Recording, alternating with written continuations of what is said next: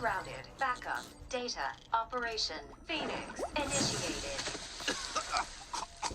What the hell? Did you know in the Fascist episode where Rick ends up in a fascist dystopia and briefly picture with US president, now a fascist leader, written on the bottom of the picture is a blink and you miss it in writing on the picture that says, "Thanks for the sterilization of China."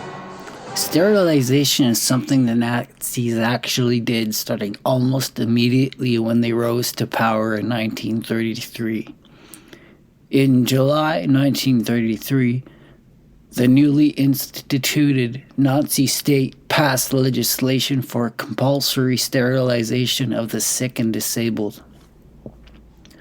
The German law imposed sterilization on presumed hereditary schizophrenics, the feeble-minded, Huntington's chorea sufferers, persons deemed to be hereditarily blind and deaf, so-called mental defectives, and chronic alcoholics.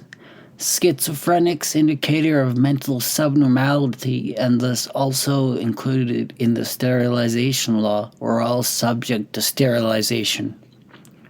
Thus, apparently healthy persons could be identified as carriers of recessive genes of schizophrenia and other mental disorders, and were deemed a severe threat to collective racial health.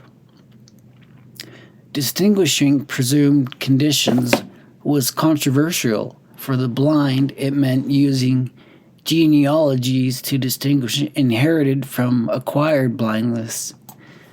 The sterilization law was extended by Nazi legislation such as for castration of criminals and homosexuals as of November 1933.